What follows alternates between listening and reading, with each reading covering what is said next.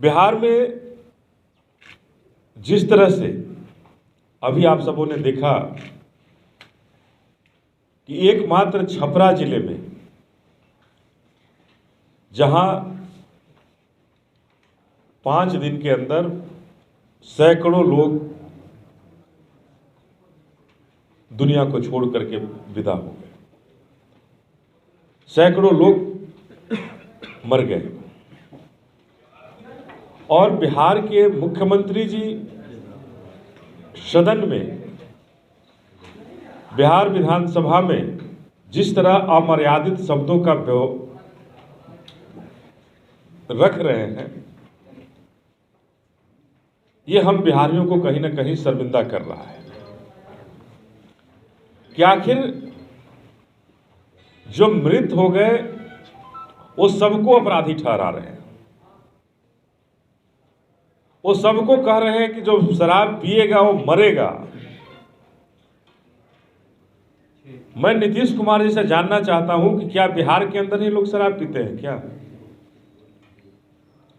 अरे पूरे विश्व में एक बहुत बड़ी संख्या है शराब पीने वाले। भारत के बाहर जब यूरोपियन देशों के अंदर जाते हैं तो वहां पानी महंगा है, शराब सस्ता है। वहां 90% से ज्यादा लोग हैं जो शराब पीने वाले लोग हैं, तो उनकी आबादी तो 0 हो जानी चाहिए थी, वहां सारे लोग मर जाने चाहिए थे नीतीश कुमार जी के शब्दों में।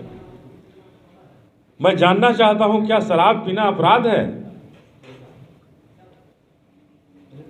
भारत हमारे बाबा साहब के संविधान से चलेगा या नीतीश कुमार जी के संविधान से चलेगा? क्या जिसके पास पैसा है वो शराब अगर पीता है तो वो जेल के अंदर नहीं जाएगा, उसे पैसा देकर के छोड़ देना होगा।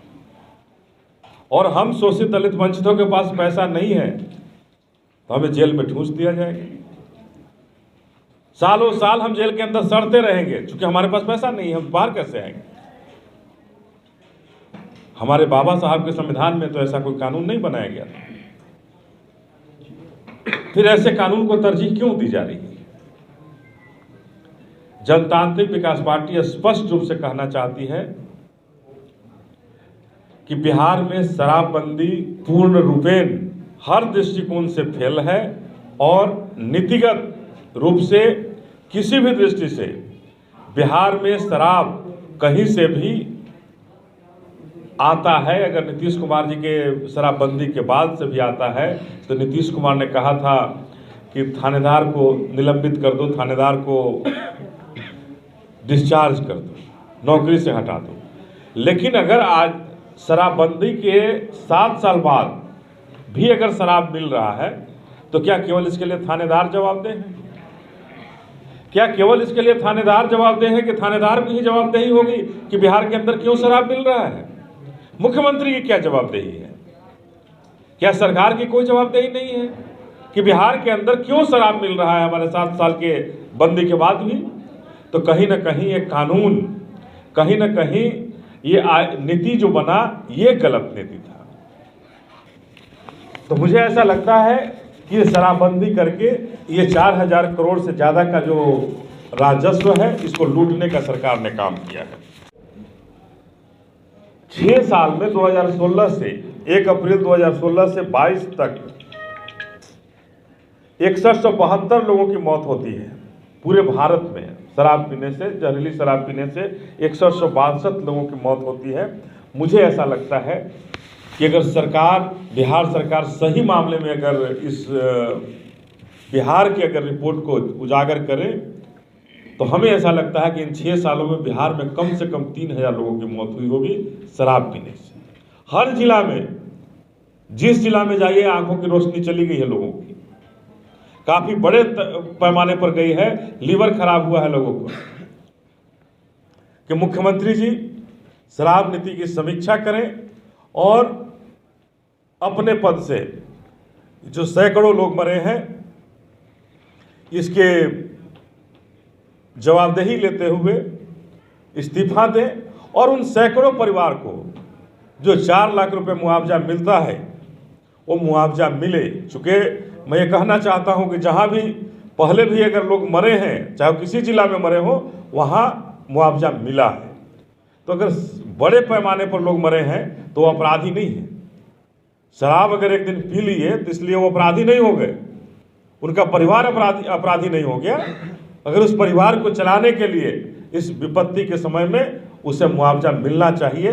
उस संकट के समय में उस परिवार के साथ बिहार को खड़ा होना चाहिए और उन परिवारों को 4 लाख रुपए निश्चित रूप से मुआवजे के रूप में मिलना चाहिए। धन्यवाद। और शराब, अगर उपेंद्र कुशवाहा जी को अगर दिमाग हो, अगर मतलब जानकारी रखते हो, तो क्या बम और शराब दोनों एक ही श्रेणी में रख सकते हैं? एक खाने और पीने के सामान को एक आतंकवाद से तुलना करना, ये निश्चित रूप से बिहार के लिए दुर्भाग्यपूर्ण है। और पूरे विश्व में मैं तो कहता हूँ कि शराब पीने वालों की संख्या बहुत बड़े पैमाने पर है। अगर यूरोपियन देशों में जाए तो 90% लोग शराब पीते हैं। तो क्या शराब पीना अपराध है? मैं शराब नहीं पीता हूँ, लेकिन जो लोग पीते हैं क्या वो अपराधी हो गए? मैं तो यह भी कहना चाहता हूँ कि मुख्यमंत्री नीतीश कुमार जी के आसपास बैठने वाले लोग भी, हमें नहीं लगता है किसी दिन बिना शराब के रह पाते होंगे। वो भी प्रतिदिन शराब पीने वाले में होंगे। तो क्या वो अपराधी हैं? उनके साथ बैठते हैं। तो नीति बनाना अलग है, लेकिन नीति पर चलना बड़ा मुश्किल है। अगर शराब लोगों के रग रग में शामिल हो चुका है तो उसे बाहर निकालना इतनी आसान नहीं है कि उसे शराब बाहर निकाला जा सकता है। और अगर ये हजारों साल से लोग पीते आए हैं तो इसे बंद करना, अगर केवल बिहार ही एक पूरे विश्व में अनूठा प्रदर्शन करता है, तो क्या बिहार में शराब बंद होने से विश्व में शराब बंद हो जाएगी क्या?